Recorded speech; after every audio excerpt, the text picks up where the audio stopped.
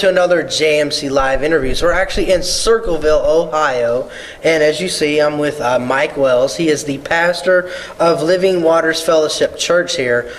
He has an amazing testimony that we'll be sharing with you guys here in just the next few minutes. Mike, thank you for allowing me to come into your church home and express the wonderful gratitude of how you are involved in ministry. I've heard your testimony before, and it's a message that people need to hear. So what is your story? And thanks again for letting me be here. Well, thank you for coming out, and appreciate your ministry and everything God's doing through it, and I'm glad to be a part of it. And I know that it's already touched many lives, and it's going to be touching more lives to come. I just believe that. So I appreciate you and your wife inviting me and doing this and interviewing and coming out here. It's an awesome opportunity. Thank you very much. Yeah, basically grew up in a good Christian home, and good Christian parents. Love me to death, and sister as well, younger sister. And however, when I started in my teenage years, around that time, is when I really started to be influenced easily and started to follow the wrong crowds. And next thing you know, I'm taking drugs and alcohol. Addiction starts to take place. A lot of bumps, bruises, failures, run-ins with the law, things like that. Nothing too major, but addiction had me in bondage, and I was just living that lifestyle. And so, when I was a young adult is when I really started to get in a worse position and really just a destructive lifestyle. And, at a point where I didn't have a place to live. And, any drug, it didn't matter as long as I got high, and as long as I was just living a lifestyle of sin and following that path. I thought it was pleasurable, and it was for a season, but I knew death was around the corner. It's almost like I could taste it.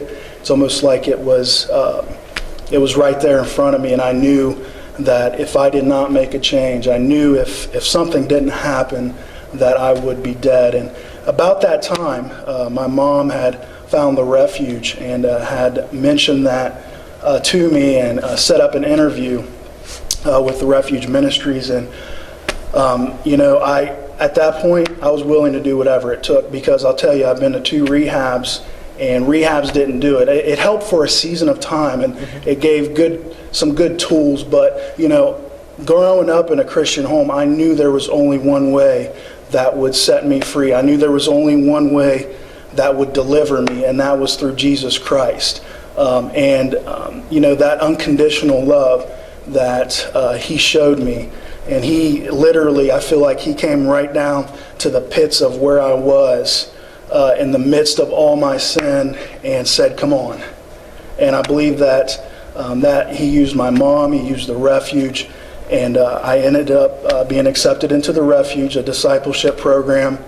And, through that process, is about a year long, I learned a lot of things, literally just how to have a good relationship with people, healthy relationships, how to battle the enemy when he comes, and he does come to all of us, and he tries to come through manipulation of telling us that we're no good, telling us that we're never going to amount to nothing, and multiple other things that he tries to speak into our lives. And the Refuge really helped me and get a good foundation in Christ, and have not only just knowing who Christ is, but knowing him intimately as my Father, as my Savior, as my Lord, and having that relationship with him on a daily basis, not just on a Sunday or a Wednesday, as some religions may teach, or some people may just do that with God on those typical days. I really learned how to have a relationship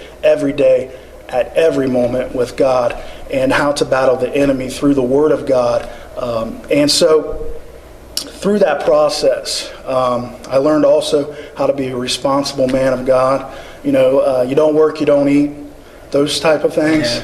And really finding ways to create income, and finding ways to be a positive role model in society and to be a productive citizen. And that's what the refuge does. It does many more things than that, but we wouldn't have all the time to really discuss that. But refuge was a life changer for me. It was a ministry that changed my life, that God used to change my life and to bring direction into my life. So that's a little bit about how God just delivered me and set me free. And the scripture tells us, whom the Son sets free is free indeed. And when Jesus set me free, he just didn't do it halfway. He did it all the way. And I'm still free today, thank God. So where has God taken you since the refuge? What was next for you? The next was, it was kind of a transition period. I was an intern for the refuge, but I just felt God leading me into different places. And I thought, and I knew that college was the route for me. So I decided that I would make that transition and go to college. And, through that it was rough, because I had to learn how to really live on my own and start living in society and really dealing with some different things that life brings at you. And so, because in the past, I would deal with them differently, drugs and alcohol, and my way, the only way. But, when you live out in the society and the world, you really have to learn how to deal with confrontation, to deal with finances, things like that. And so when that happened, I just learned all those things. And, I made a lot of mistakes, but I learned from it. And, I met my wife, whom I've been married with, Jessica Wells, for about 3 years. Our 3-year anniversary was December 12th. So, it's been an awesome marriage. We've grown a lot together, and got an awesome job, and also a college student at Ohio Christian University. Graduated with an associate's degree, and then May I will be walking for a bachelor's degree, and then proceeding with my master's degree as well, probably in management. And what was awesome about this period of time is, God had laid this vision, this desire to plant an authentic church in Circleville. Something that allowed people to come in as you are. No stipulations, no barriers. You don't have to look a certain way, dress a certain way, talk a certain way.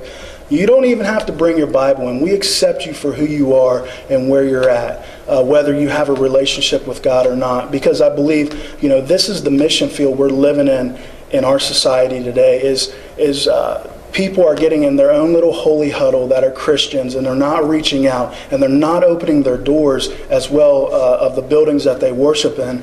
And that is something that was a desire on my wife and I's heart, was to provide that for Circleville, for this community, because people need that. There's a lot of people that's hurting, that's addicted, afflicted,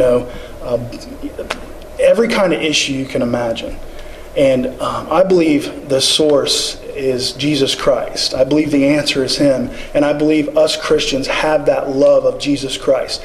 And if we can't love our neighbor, and we can't show the love of Jesus Christ and open up our doors to everyone, it doesn't mean we have to accept what they're doing. But Jesus walked among the sinners. And a lot of times Jesus was in the marketplace ministering to those who were hurt, those who needed, those who were that needed that touch of God. And I believe we are the hands and the feet of Jesus Christ that can do that and provide that. And I'm wondering exactly why that's not happening in our country. And I feel like, if I can just do my small part and start affecting lives one by one, whether it's in a building or whether it's outside the building, in the marketplace, among the government, among the family, among education, business, whatever it takes, wherever God calls us, is that we are willing to make ministry wherever we're at, because that's what Jesus did. And so, I really feel like this community needs that, wants it, desires it. There's a church, there's literally churches on every corner. But the fact of that is that the building is not the church. We are the church. And people are just going to these buildings and worshiping God, and that's awesome. But we need to get outside of that. And so, we're in the process of doing that. this vision took place a couple years ago, and my wife and I discussed it, multiple times, and I just felt like God was telling me to open up my house, and called a couple people, and literally people started showing up, and I'm just amazed by this. And I knew God started. It's not something Mike did or my wife did or anybody else, but it's a church plant by God. I really, truly believe that. And so literally people coming to our house, singing, teaching, whatever. And a month later, God provided this building we're in right now, and for a good cost. And literally, we came into this place. The projector was there. Everything was already set up. Just needed some cleaning and things like that. And so through a lot of, church planting is up and down at times. And through all those times, God has used us multiple times for deliverance of people who are hurt, who are tired of living in drugs and alcohol. That literally have come into this place and have kneeled down and just got delivered just in a snap of a finger. Multiple salvations.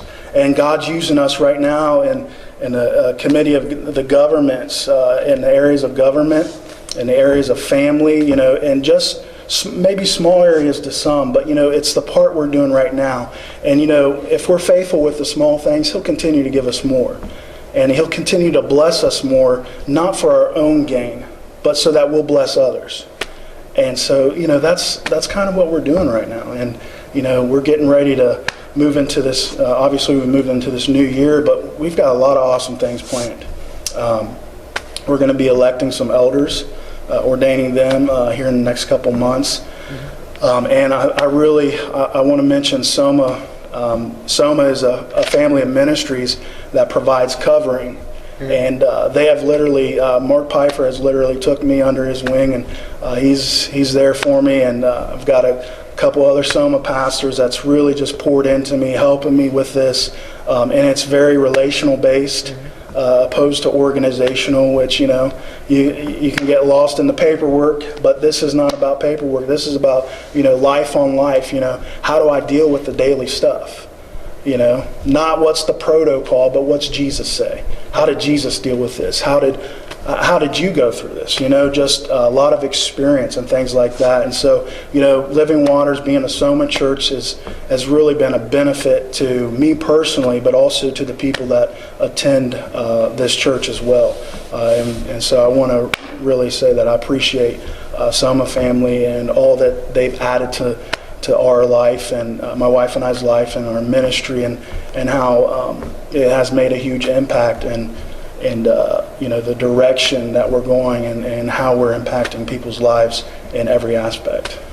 So if you had a message for those that have just listened to your testimony, that you came from what we consider like a normal background, good home, good Christian family, you had a situation going through school and you just went on the wrong track and you got your life together again.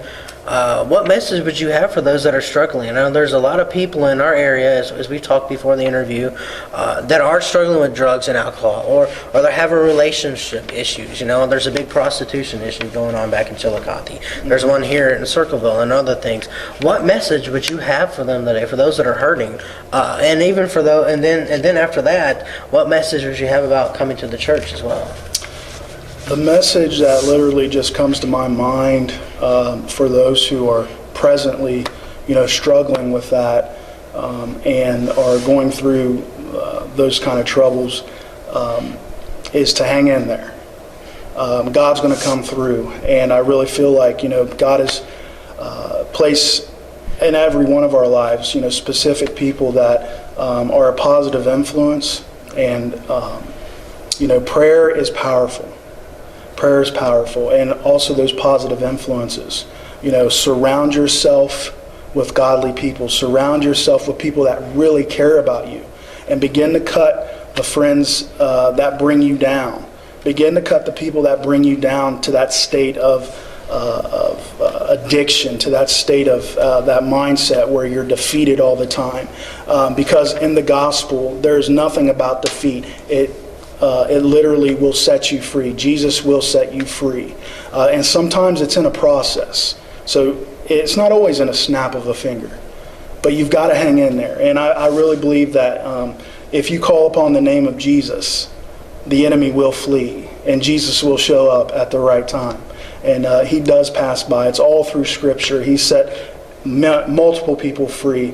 And I believe that the big thing is to call upon the name of the Lord, and to know that he can and will deliver you, and he can and will set you free from every issue that you can go through that is bringing you down, that the enemy has you in chains and bondage. And literally that's my prayer for our community right now, and not just Circleville, our region, our counties, Ross County, Pickaway County.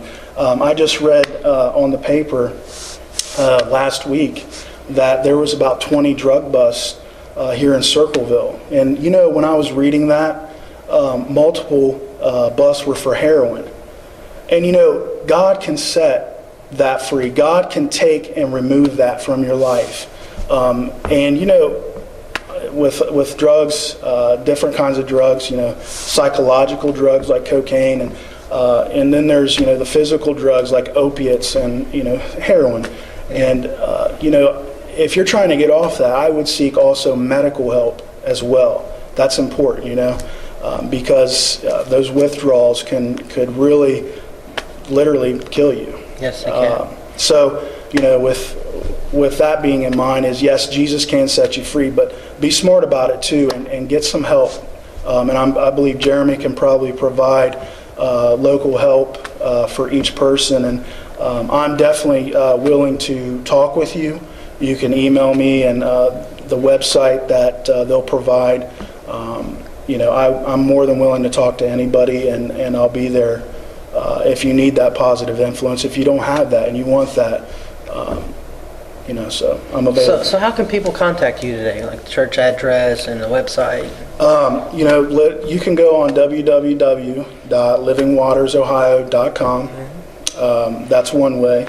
And there's a little contact form on one of our pages there that you can click on and fill that out, and I'll get back with you in that route.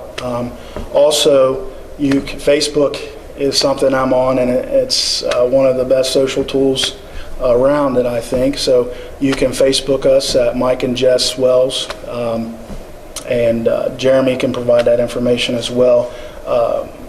So you can contact us that way. Exactly. I honestly think that what's happening in our area is by no circumstance by accident. I honestly believe that what's happening here in Circleville, here at Living Waters Fellowship, and with Mike Wells and his wife Jess, God's trying to do something to wake the community up. And as he said, we do need to get out of the building. We are currently in a church, but there are plans in action that are becoming forth soon to do more things in the community, to do more things to help people, because people are hurting. People are lost, as they say. But I have to say that after spending time with Mike Wells and hearing his testimony and talking to others, that I can honestly tell you that this is a place where you should be able to feel welcome. This is a place where you should be able to fellowship. And to fellowship means to be friends with one another. And that's what the body of Christ needs to do. For those of you that are not saved, do listen, do take to heart what Mike has said about his testimony about overcoming addiction, because this is something that struggles a lot of people. I've personally seen those that have had to go into jails and hospitals and rehab programs, and they're shaking and they're sweating and they're sick because they've been on addiction for so long. Mike and I have stories that that are very gruesome and graphic. We've seen a lot. And I have to tell you, even though I'm a child of an addict, I've seen it from that point of view. I know there's many of you out there that are children of addicts. Your parents, your grandparents, or your friends are doing it, and you don't know what to do. The first, what do you do if you're seeing your friends and your family, and they're the ones that are addicts? How do you help an addict? What advice do you have for those that are seeing this happening to their friends and family? What do you say to them today? Love them. Don't enable them. Love them. And sometimes tough love is the best thing. Sometimes you have to cut people off for a period of time for them to see the mess that they're in. because if they really care, and you know, a lot of people do care. They're just caught up in what their their addiction cycle. And you know, when they're able to see that, hey, there's a problem here, then you know, maybe you'll be that person that could help them. But you know, tough love, don't enable. There's a lot of enablers, codependency that goes on with addiction, and children of addiction, parents of addiction with addicted kids. You know, be very, very cautious of helping somebody, money-wise, things like that. And you know, love, like I said, love them, pray for them, and give them the resources to help them and keep guiding them to a place where they can get help. Exactly. We'll have below in the contact information how you can get a hold of Living Waters Fellowship, the Refuge, and how to get a hold of him on his personal Facebook and more. Mike, thank you so much for this wonderful time today. Thank you. Thank you.